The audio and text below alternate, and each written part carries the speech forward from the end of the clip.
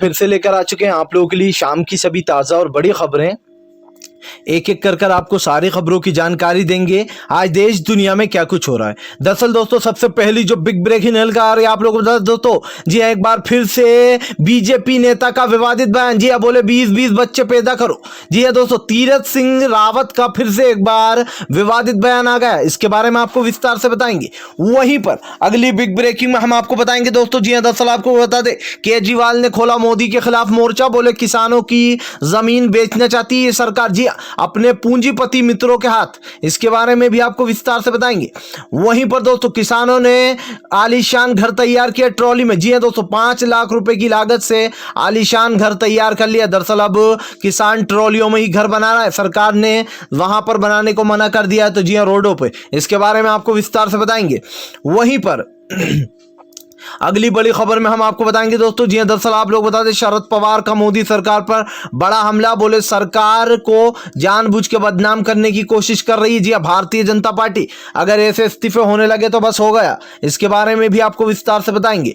वहीं पर दोस्तों अगली बिग ब्रेकिंग में हम आपको बताएंगे संजय सिंह का मोदी सरकार पर बड़ा हमला, बोले जानबूझकर विपक्ष बदनाम करने की कोशिश कर रहा है शिवसेना को, इसके बारे में आपको बताएंगे। अगर सच था 100 करोड़ वाला इल्जाम तो परमवीर सिंह ने दोस्तों इस्तीफे से पहले क्यों नहीं बताया, इसके बारे में भी आपको विस्तार से बताएंगे। वहीं पर अगली बिग ब्रेकिंग में हम आपको बताएंगे दोस्तों, जी हां, दरअसल आप लोग बता दें अब एक बार फिर से जो यहां पर फंस गई मोदी सरकार। ममता बनर्जी बोली फिलहाल ये सबसे बड़े गुंडे हैं भाजपा के, जी हां, सबसे बड़ा राक्षस, इसके बारे में आपको विस्तार से बताएंगे।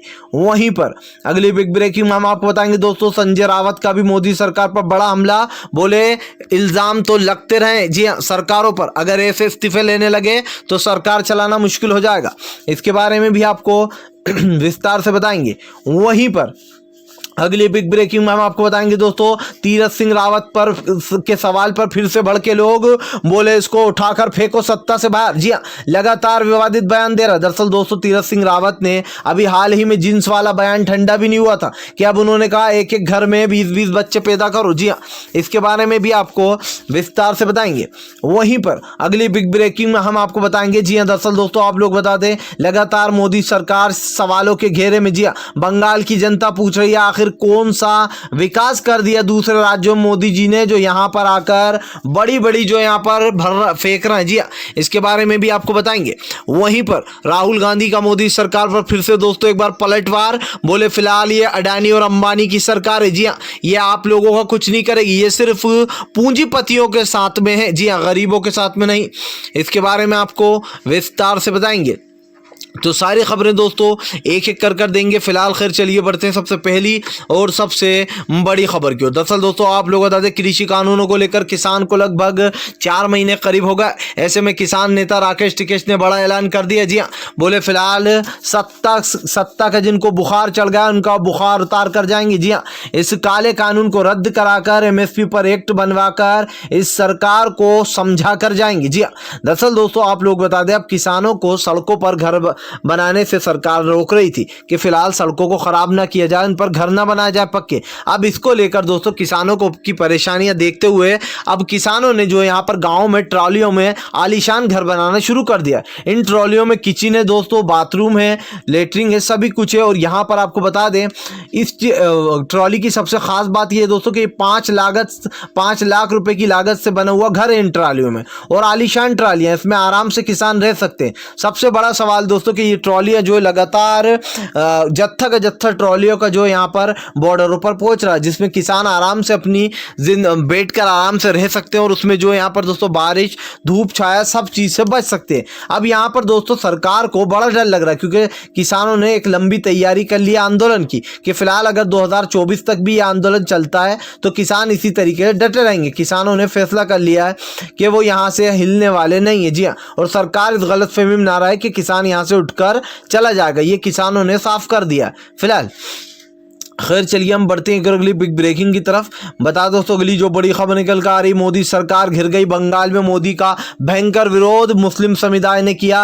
असद ओवैसी और आपको बता दें मोदी को बायकॉट। जी हाँ, बोले अब की बार तो असद ओवैसी को भी वोट नहीं मिलने वाले। जो उन्होंने आपको बता दें बिहार में किया है, अब वही वो यहाँ पर करने आ रहे हैं। हम दीदी के लिए बटेंगे नहीं, हम फिर बिल्कुल दीदी को ही वोट देंगे और कहीं भले ही असद ओवैसी आए या कोई भी आए बंगाल में वोट नहीं देंगे। दरअसल दोस्तों सीधा सीधा असद ओवैसी को जो वोट मिलते हैं उसका फायदा बीजेपी को होता है। जो वोट कट कर जो है असद ओवैसी के पास जाते हैं उसका पूरा फायदा भाजपा उठाकर ले जाती है। और अब की बार मुस्लिम समुदाय ने यह फैसला लिया है कि वो फिलहाल असद ओवैसी को सपोर्ट नहीं करने वाले। जी उनका साफ कहना है कि फिलहाल असद ओवैसी ना चाहते हुए भी बीजेपी का फायदा करा जाते हैं। जो वोट ममता दीदी को मिलने वाले होंगे दोस्तों वो वोट जो है यहाँ पर ओवैसी के पास चले जाएंगे और ऐसे में वोट बढ़ जाएंगे। बटने का मतलब ये कि बीजेपी ताकतवर हो जाएगी। इसलिए दोस्तों मुस्लिम लोगों ने साफ कह दिया कि फिलहाल ओवैसी आए या कोई भी आए बंगाल में उनको वोट नहीं मिलेगा। जी हाँ, और भाजपा को तो हम वोट को नसीब भी नहीं होने देंगे, यानी कि पूरी तरीके से भाजपाइयों को बायकॉट कर दिया। एक मुस्लिम समुदाय दोस्तों 30% आबादी है, आप लोग बता दें बंगाल में मुसलमानों की, और 70% जो है वो हिंदू समाज की है। लेकिन यहाँ पर सबसे बड़ा सवाल यही है दोस्तों कि मुस्लिम समुदाय के जो वोट होते हैं उनको हमेशा विपक्ष अपनी तरफ खींचने की कोशिश करता है, लेकिन यहाँ पर पूरा समर्थन जो है वो ममता दीदी को जाता हुआ दिखाई दे रहा है। इसीलिए दोस्तों भाजपा की केंद्र सरकार की मुश्किलें लगातार बढ़ती जा रही हैं फिलहाल। खैर चलिए हम बढ़ते हैं अगली बिग ब्रेकिंग की तरफ।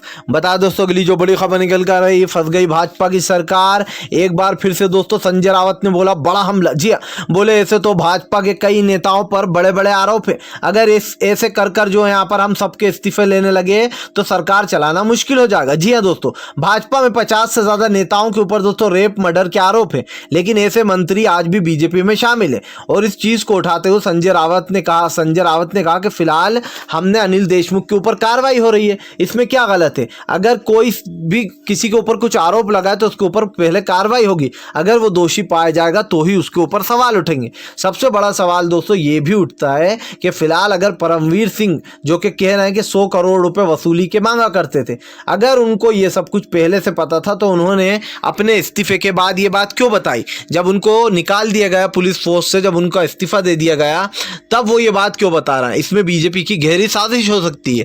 संजय रावत ने साफ साफ कहा कि फिलहाल कोई इस्तीफा नहीं लेने वाले हैं हम। जी हाँ, गृह मंत्री अनिल देशमुख का, और ये सब कुछ आरोप है जिसमें बीजेपी कहीं ना कहीं अपने हाथ धोना चाह रही है फिलहाल। खैर चलिए हम बढ़ते हैं अगली बिग ब्रेकिंग की तरफ।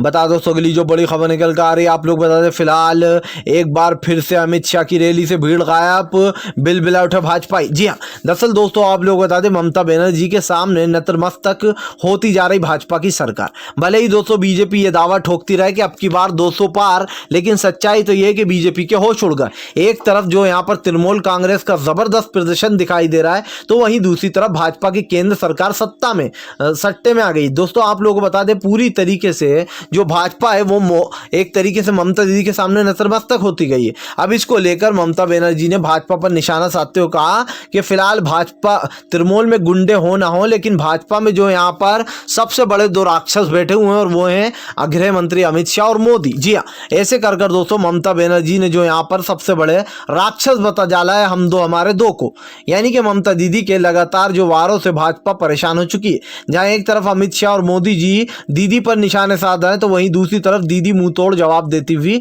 नजर आ रही हैं फिलहाल। खैर चलिए हम बढ़ते हैं अगली बिग ब्रेकिंग की तरफ।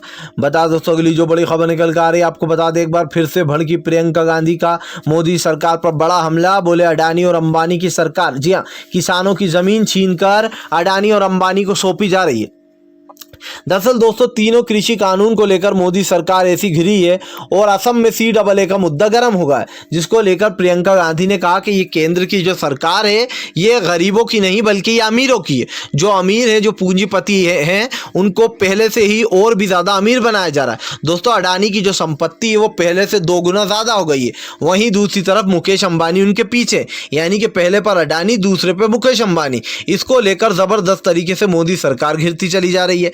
अब इसको लेकर दोस्तों एक बार फिर से प्रियंका गांधी ने मोदी सरकार पर निशाना साधते हुए कहा कि फिलहाल ये गरीबों की नहीं बल्कि अमीरों की सरकार है। अडानी और अंबानी जैसे लोग, जी हाँ, जो कि कहीं ना कहीं दोस्तों गरीबों का हक छीन रहा है और उनकी ज़मीनें खरीद कर दोस्तों बड़े बड़े वेयर हाउस बनाए जा रहे हैं, किसानों की ज़मीन ली जा रही है। ये अपने आप में एक सोचने वाली, सोची समझी दोस्तों चाल है और इस बात को कहीं ना कहीं झुटलाया नहीं जा सकता है। फिलहाल खैर चलिए हम बढ़ते हैं और अगली बिग ब्रेकिंग की तरफ।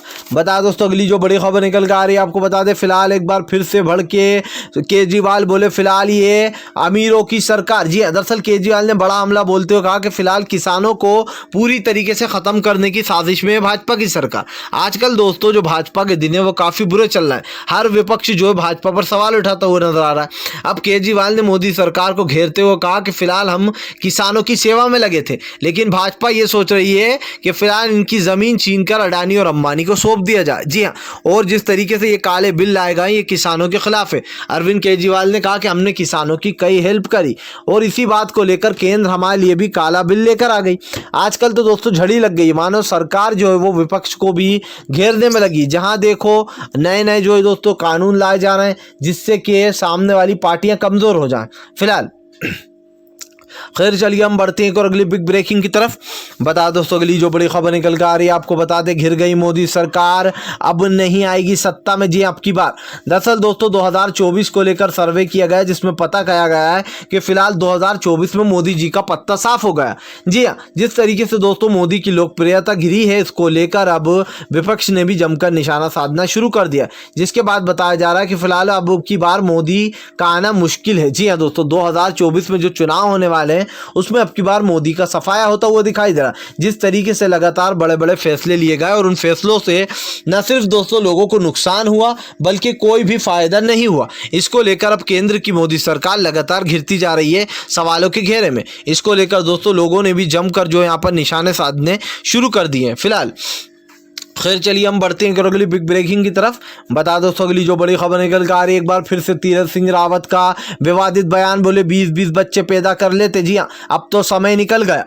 दरअसल दोस्तों तीरथ सिंह रावत का भी एक विवादित बयान थमा भी नहीं था कि इन जनाब ने आकर फिर से एक और बार विवादित बयान दे दिया। सोचिए दोस्तों बीजेपी वालों की ये लैंग्वेज है।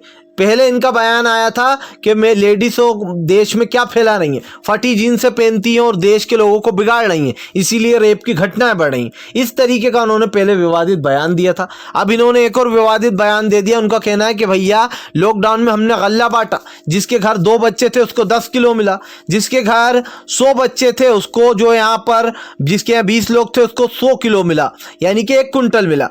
तो उनका कहना है कि फिलहाल अगर इतनी जलन हो रही है तो 20-20 बच्चे पैदा कर लेते। जी हाँ, 20-20 बच्चे पैदा कर लेते, 2-2 बच्चे पैदा क्यों करे, तो फिर तुम्हें भी 100 कुंटल में 1 कुंटल जो है अनाज मिलता। अब इसको लेकर दोस्तों फिर से एक बार तीरथ सिंह रावत जो है वो लोगों के निशाने पर आ गए। अभी इनका एक बयान ठंडा भी नहीं हुआ था कि अब 20 बच्चे पैदा करने वाली इन्होंने बात कर दी। ये दोस्तों बीजेपी की लैंग्वेज है, यानी कि ये जब से सत्ता में आए तब से जो यहाँ पर सीएम योगी की तरह विवादित पे विवादित बयान दे रहे हैं। कभी भी दोस्तों आप तीरथ सिंह रावत को देखना और उनकी लैंग्वेज को देखना, तीरथ सिंह रावत की शक्ल और बातें बिल्कुल सीएम योगी की तरह डिक्टो। अगर आप कभी गौर से सुनोगे तो ऐसा लगेगा कि सीएम योगी बोल रहा है ना कि तीरथ सिंह रावत। जी हाँ, ये दोनों एक ही थाली के चट्टे बट्टे लग रहा है मुझे तो। जी हाँ, फिलहाल खैर चलिए हम बढ़ते हैं अगली बिग ब्रेकिंग की तरफ। बताया दोस्तों अगली जो बड़ी खबर निकल कर आ रही है, संजय सिंह का मोदी सरकार पर बड़ा हमला, बोले फिलहाल परमवीर सिंह को अगर पता था कि 100 करोड़ रुपए हफ्ता वसूली की जा रही है तो उन्होंने पहले ही सवाल क्यों नहीं उठाए। जी हाँ दोस्तों, आम आदमी पार्टी के अब संजय सिंह ने भी मोदी सरकार को घेर लिया। उनका कहना है कि जरूर ये साजिश के तहत किया जा रहा है, क्योंकि अगर परमवीर सिंह सही होते तो वे ये बात पहले ही उठाते और पहले ही लोगों को बताते कि फिलहाल हमसे जो है सरकार पैसे मांग रही है और वो भी हर बार 100 करोड़ रुपए हफ्ता वसूली, जिसको लेकर दोस्तों एक बार फिर से भाजपा की सरकार को संजय सिंह ने घेरने का काम किया। संजय सिंह ने कहा कि फिलहाल ये सरकार हमारी बनी बनाई सरकार पर जानबूझकर कब्जा जमाना चाहती है और इसको लेकर जमकर फजीयत भी हुई है। फिलहाल खैर चलिए हम बढ़ते हैं अगली बिग ब्रेकिंग की तरफ। बता दोस्तों अगली जो बड़ी खबर निकल कर आ रही, तीरथ सिंह रावत पर मचा बवाल, एक बार फिर से सोशल मीडिया पर घेरा विपक्ष ने, बोले किसने बना दिया तीरथ सिंह रावत को सीएम उत्तराखंड का। जी हाँ दोस्तों, अगर अभी उत्तराखंड के चुनाव हो जाए ना तो मैं आपको लिख के दे सकता हूँ कांग्रेस की सरकार आ रही है। जी हाँ, अभी वोटर सर्वे किया गया जिसमें साफ पता चल गया कि कांग्रेस की सरकार आ रही है। सबसे बड़ा इनका मेन रीजन यही बनेगा दोस्तों, आए दिन विवादित बयान दे रहे हैं, कभी महिलाओं की जींस जेंट्स पर बोलना है तो कभी महिलाओं से बोलना, 20-20 बच्चे पैदा कर लेते तुम लोग भी। अब तो समय निकल गया। अब इसको लेकर दोस्तों उत्तराखंड की सरकार का इतिहास सामने आ गया है कि फिलहाल ये सरकार अब सत्ता में रहने वाली नहीं है। और दोस्तों आपको बता दें, ये सरकार जो है बहुत जल्दी सत्ता से बाहर जाने वाली है। यहाँ पर दिखाई दे रहा है कि फिलहाल केंद्र की जो मोदी सरकार है, उनके जो भाजपा के नेता हैं वो इस तरीके के विवादित बयान देते हैं, आए दिन जो यहाँ पर महिलाओं पे टिप्पणियां करते हैं। और अगर देखा जाए दोस्तों तो एक तरीके से रेप की घटनाएं जो बढ़ रही हैं इन लोगों के विवादित बयान से और ज्यादा हो रहा है। फिलहाल अगर आप भी शांतिपूर्ण ढंग से पीएम की इन सभी गलत नीतियों का दिल से विरोध करते हो और आप मानते हो सरकार एक तानाशाह सरकार है, इसको तत्काल में अपना इस्तीफा दे देना चाहिए, तो इस वीडियो को ज़्यादा से ज़्यादा शेयर कीजिए, लाइक कीजिए। और अगर आप हमारे चैनल पर पहली बार आए हैं तो सब्सक्राइब करने के साथ साथ पास में एक घंटी आएगी यानी कि बेल आइकन, उसको ज़रूर दबाएं ताकि हमारे हर वीडियो की अपडेट आपको मिल पाए। हम मिलेंगे आपसे नेक्स्ट वीडियो में, तब तक के लिए वंदे मातरम।